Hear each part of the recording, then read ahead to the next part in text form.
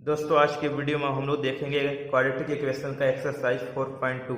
इससे पहले हम क्वाड्रेटिक इक्वेशन का बेसिक और एक्सरसाइज 4.1 के सभी क्वेश्चनों को सॉल्व कर लिए हैं। अगर आपने अभी तक उस वीडियो को नहीं देखा है तो आई बटन पर क्लिक करके आप पहले उस वीडियो को देख सकते हैं। अगर आपको क्वाड्रेटिक इक्वेशन का नॉलेज है तब आप एक्सरसाइज 4.2 को आराम से देख सकते हैं। यहाँ पे आपको स्टेप बाय स्टेप सिखाया जाता है क्वेश्चन को सॉल्व करना। और अगर आप इस चैनल पर नए हैं तो चैनल को लाइक एंड सब्सक्राइब जरूर कर दीजिए। आइए देखते हैं क्वाड्रेटिक इक्वेशन एक्सरसाइज 4.2।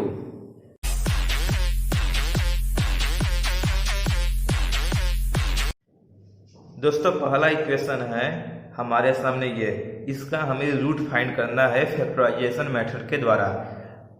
हिंदी में कहते हैं कि इसका मूल ज्ञात कीजिए गुणनखंड विधि द्वारा। तो हम सबसे पहले जानते हैं कि रूट क्या होता है।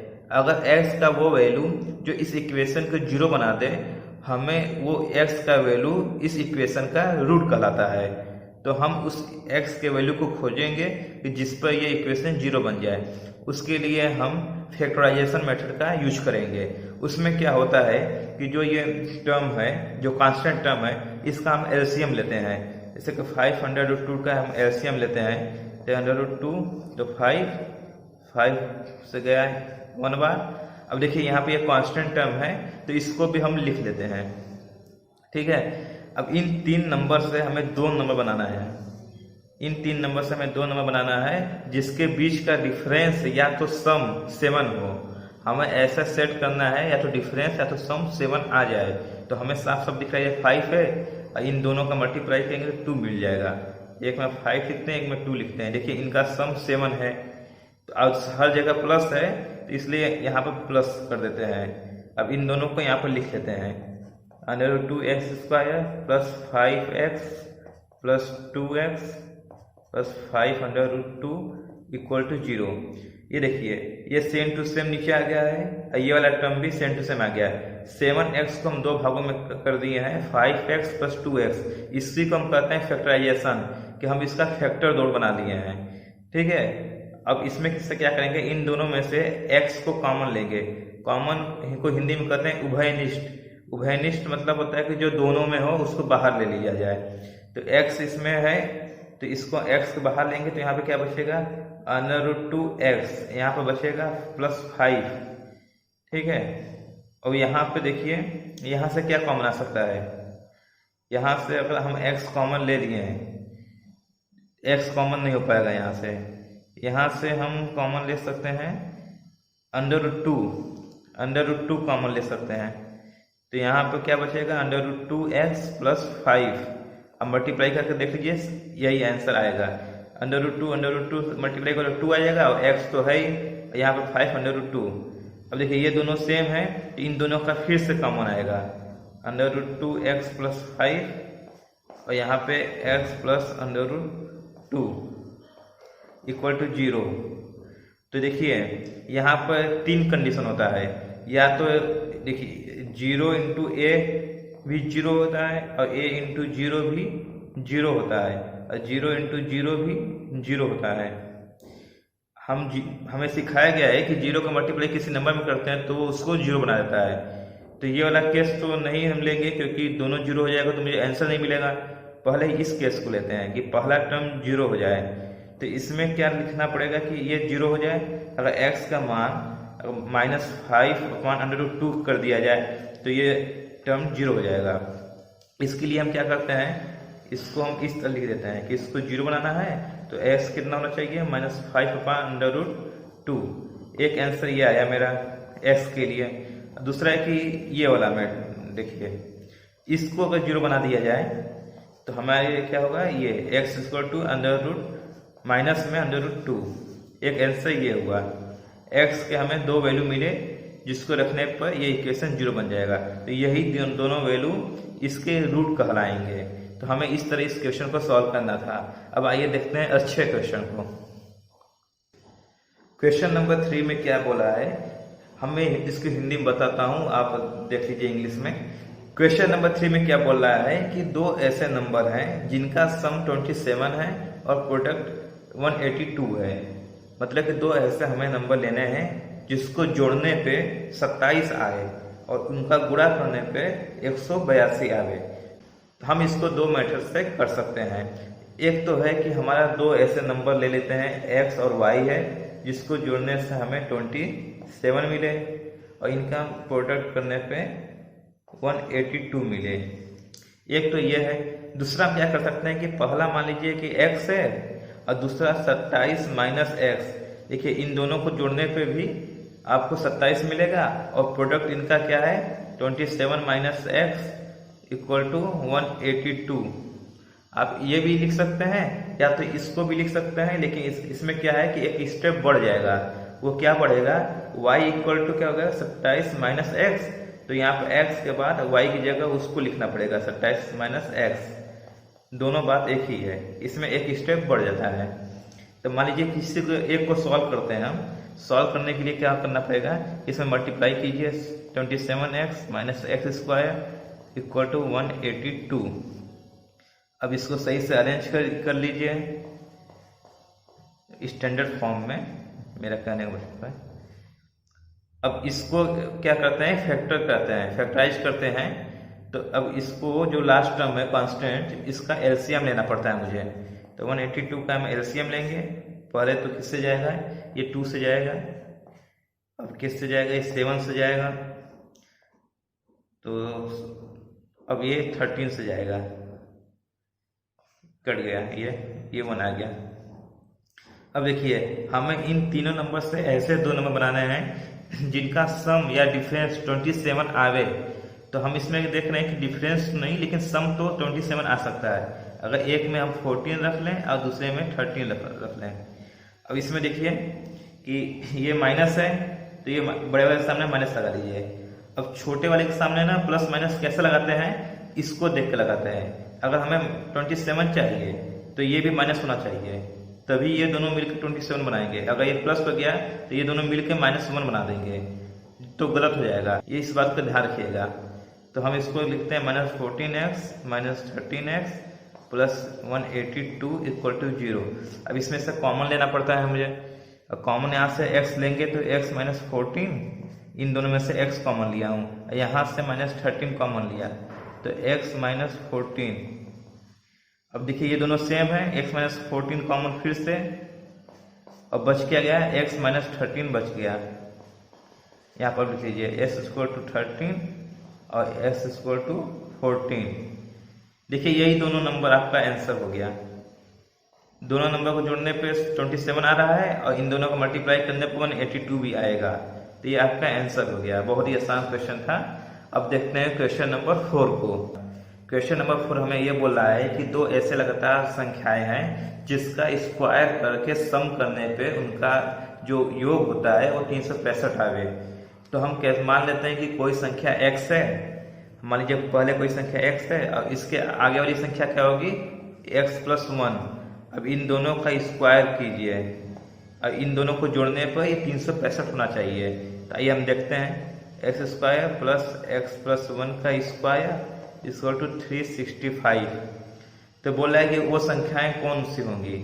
तो देखिए यहाँ पे x है, इसको सॉल्व करना है, जो आएगा वही संख्या होगी। तो इसको सॉल्व करते हैं, पहले ब्रैकेट को ओपन करते हैं। तो यहाँ पे 2x इसको टू 365, इसको सही से अरेंज करते हैं।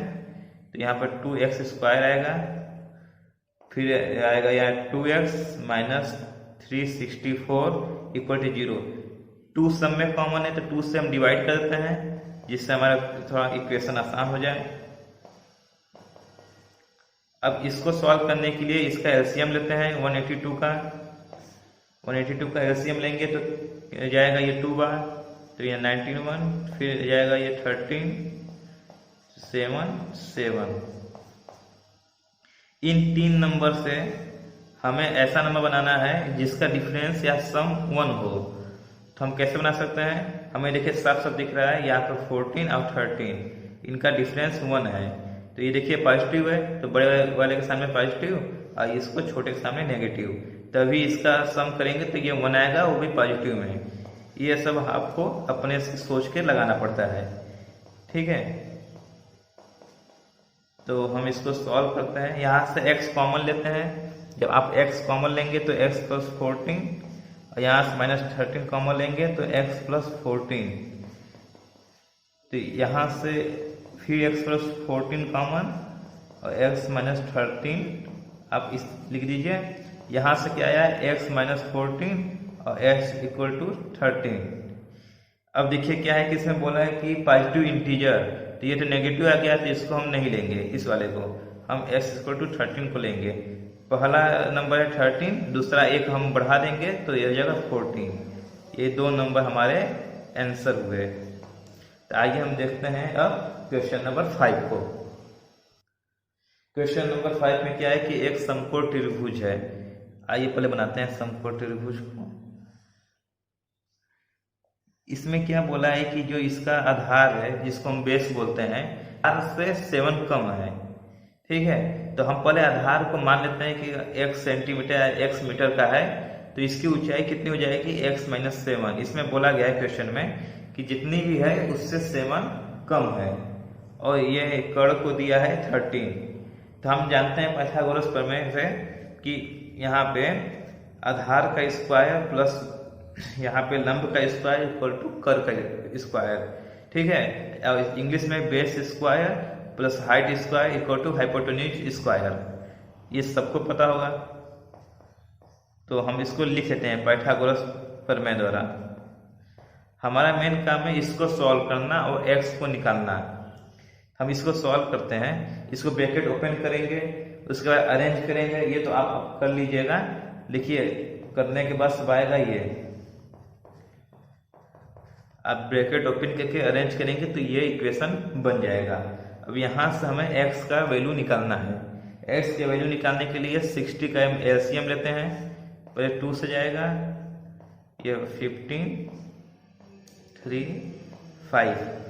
इन चारों नंबर से हमें 2 नंबर बनाना है जिसका डिफरेंस या सम 7 आवे। तो हम कैसे बना सकते हैं? अगर ये 4 हो जाएगा, ये 15, 7 नहीं हो पाएगा, ये 12, 5, हाँ 12, 5। ठीक है, इनका डिफरेंस 7 है।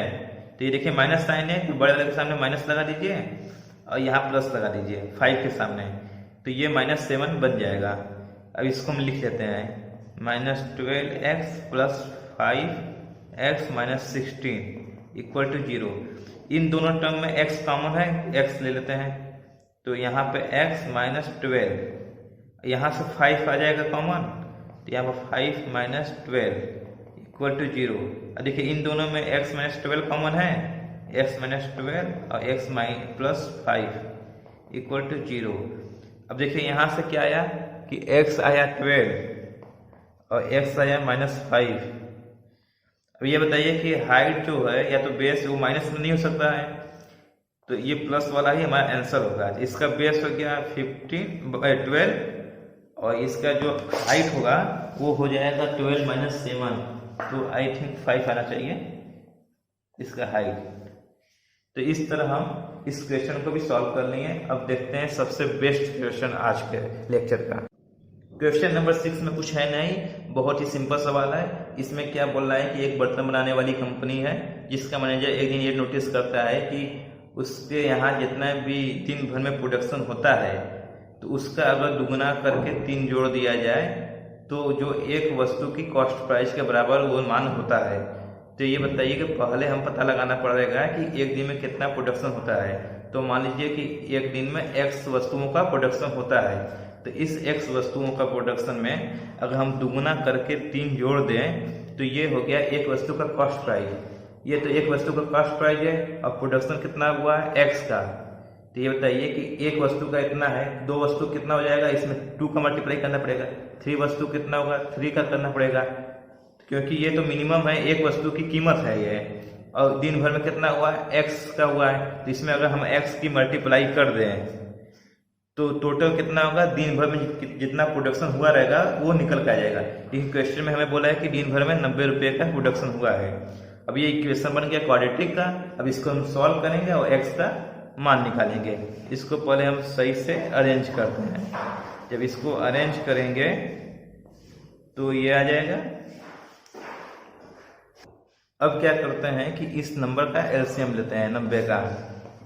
तो ये 45 हो गया, ये 15, 3 से 5, 5 से गया ये 1, यहाँ पर देखिए कांस्टेंट 2 है तो यहाँ पर 2 लिख लेते हैं। ये मैंने पिछले वीडियो में बता चुका हूँ कैसे होता है, आप जाके उसको देख लीजिए। तो इन नंबरों से हमें 2 नंबर बनाना है जिसका डिफरेंस या सम 3 हो। तो हम कैसे बनाते हैं, अगर हम देखिए इसको लेते हैं तो 15 आ जाएगा, और इसको लेते हैं तो ये 12 आएगा। ठीक है, इनका डिफरेंस देखिए 3 है, ये देखिए पॉजिटिव है तो बड़े वाले के सामने पॉजिटिव और छोटे वाले के सामने नेगेटिव, तभी ये जुड़ के +3 आएगा। 2x square plus 15x minus 12x minus 90 equal to 0। अब यहाँ से x कॉमन लीजिए, -6 कॉमन लेंगे, ये आपको अरेंज करना पड़ेगा अपने से सोच के। तो इन दोनों में से 2x प्लस 50 कॉमन लीजिए और यहाँ से लीजिए x माइनस 6। देखिए या तो एक बार ये 0 है या तो दूसरी बार ये 0 है। एक बार इसको 0 करने पर आएगा ये, और दूसरी बार आएगा 6। आपको पता है कि वस्तु कभी फ्रैक्शन नहीं आता, वो इंटीजर में होता है। तो x इक्वल टू 6 हमारा आंसर होगा, इसको हम नहीं लेंगे। तो एक दिन वो 6 वस्तुओं का मतलब 6 बर्तन बनाता है, और एक बर्तन की कीमत कितनी होनी चाहिए तब, तो 12 प्लस 3 इसको 15। एक बर्तन की कीमत 15 रुपये है और दिन भर में वो 6 बर्तन को बनाता है। ये है आपका क्वेश्चन और सॉल्यूशन। तो आप इस चैनल को सब्सक्राइब और लाइक कर दीजिए। हम मिलते हैं नेक्स्ट वीडियो में।